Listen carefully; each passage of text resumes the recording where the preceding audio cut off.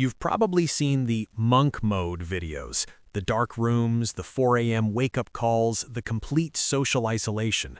But actual monks aren't trying to be productivity machines, and the gap between what they do and what the internet thinks they do, that's where the real magic is hidden. Because here's the thing, you don't need to shave your head, move to a monastery, or delete every app on your phone to use these strategies. What you need is to understand why monk habits work in the first place.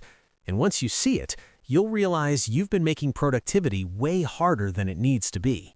So let's break down the actual principles that monks use. Most productivity advice tells you to optimize your time. Monk habits optimize your mental energy instead. This is the fundamental shift, and it's the lens through which everything else makes sense. Here's what's happening in your brain right now. When you check your phone quickly, even for just a few seconds, a part of your brain stays attached to that notification for up to 20 minutes afterward. Researchers call this attention residue. It's like leaving browser tabs open in your mind. You think you've moved on, but your mental RAM is still running background processes. Monks structure their entire day to prevent these tabs from opening in the first place. They're not superhuman. They've just designed a system where the thing that ruins your focus, the constant interruption, doesn't exist in their environment. Modern life is designed to interrupt you. Your phone, your apps, your environment, they're all optimized for engagement, not for your focus. Every notification is engineered to grab your attention. Every app is built by teams of designers whose job is to make you look at it one more time. Monk habits are essentially a defensive system against this constant assault on your attention. Now let's talk about dopamine. Your brain has a stimulation threshold. If you're used to constant pings, notifications, and quick hits of entertainment, normal work feels unbearably boring by comparison. It's not that the work is actually boring, it's that your brain has been trained to expect fireworks every 3 minutes. Think of it this way. If you eat candy all day, an apple tastes bland. But if you stop eating candy for a while, suddenly that apple is delicious.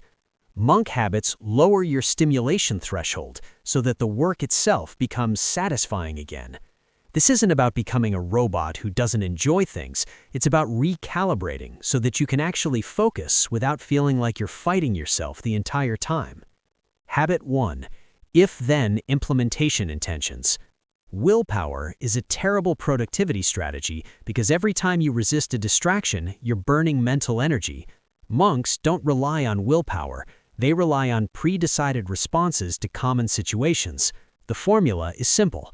If this specific trigger happens, then I take this specific action.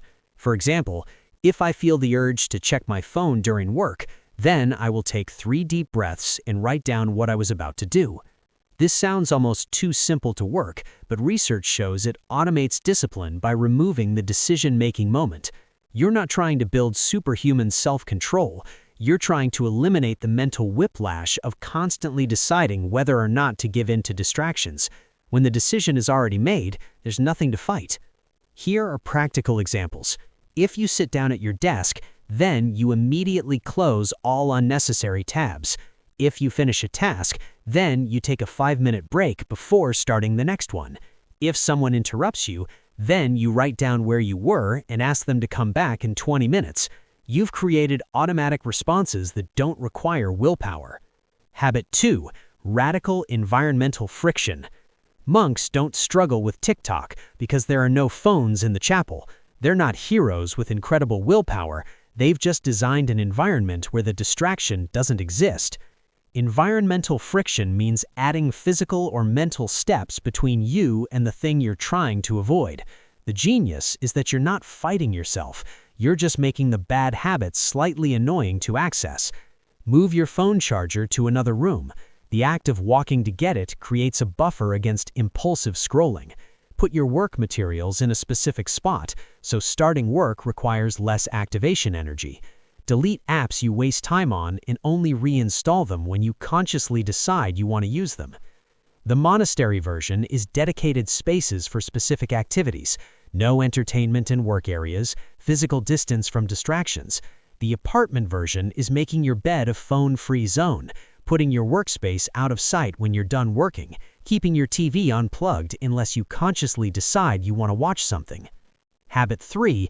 Monastic repetition and decision minimalism. Steve Jobs wore the same outfit every day for the same reason monks wear identical robes. They're not being weird, they're conserving cognitive bandwidths.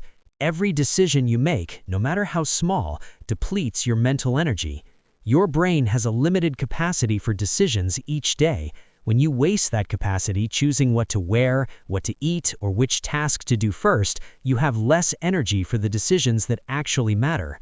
The monk approach is radical sameness. Same schedule, same meals, same routines.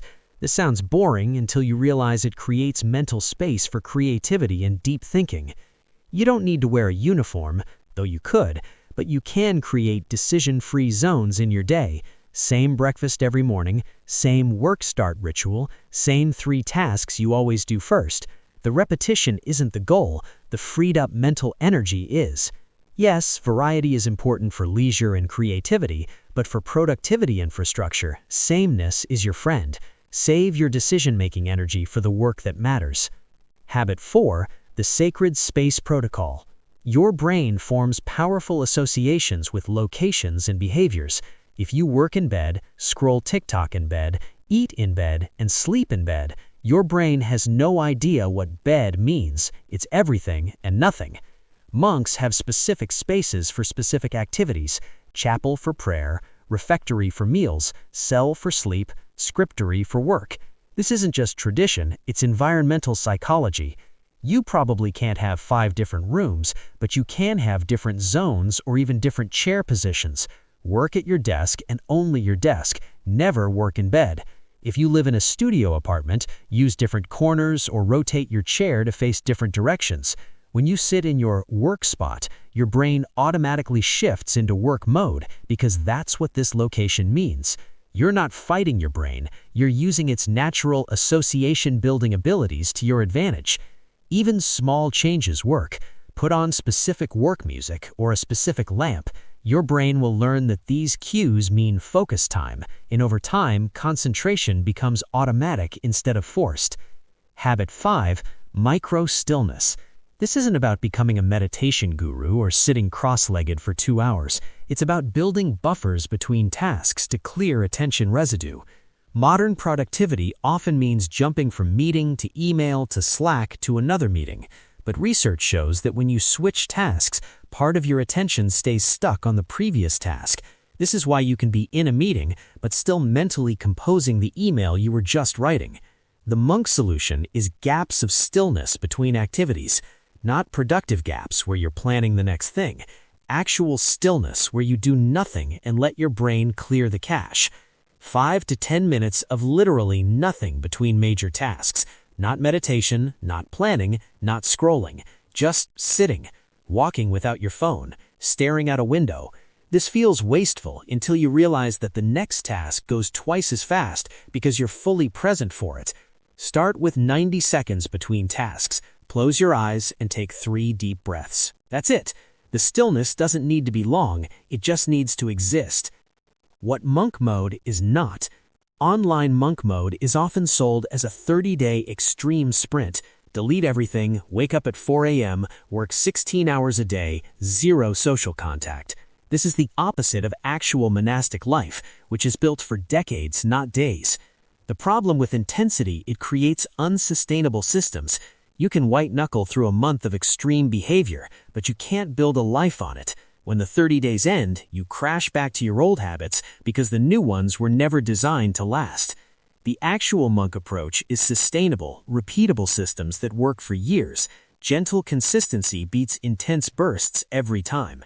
And you don't need to cut off all human contact. Monks live in communities. They have social structures, shared meals, and regular interaction. Isolation, in the monastery sense, means selective inputs, not zero human connection. It's about being intentional about who and what you let into your attention space, not about becoming a cave-dwelling recluse. The modern application. You can't turn your studio apartment into a cathedral, but you can create a productivity sanctuary with 3 specific changes. First, create an attention perimeter. This could be as simple as a do not disturb sign on your door. noise-canceling headphones, or establishing a rule that between certain hours you're unavailable unless it's an emergency. Second, trigger removal. Identify your 3 biggest distraction sources and add friction to all 3 of them. For most people, phone, browser tabs, and ambient noise. Phone goes in another room, browser gets a website blocker extension, noise gets managed with white noise or silence. Third, establish a sacred anchor. Pick one spot or one ritual that always means deep work. This becomes your personal chapel, the place where serious thinking happens and nothing else. Or try the monk of the hour strategy. What if you were only a monk for 90 minutes a day? Choose your most important work and protect 90 minutes for it with monk-level intensity, full environmental control, 0 distractions, complete presence. The rest of your day can be normal. You're not trying to be superhuman for 16 hours. You're being extremely focused for 90 minutes. This is achievable even with a full-time job, family responsibilities, and a social life. When you implement these habits, you will feel uncomfortable. You will want to check your phone. You will feel bored. You will question whether this is worth it. This discomfort is the point. Your brain is addicted to stimulation. The discomfort is withdrawal. It's not a sign you're doing it wrong. It's a sign you're doing it right. Don't try to implement all 5 habits at once. Pick one, master it for 2 weeks, then add another. Small habit changes are like a snowball rolling down a hill. They start tiny, but as they roll, they gather mass and momentum. Your mind is like a coffee filter. If the filter is clogged with social media grounds, the pure water of your creativity and focus can't flow through.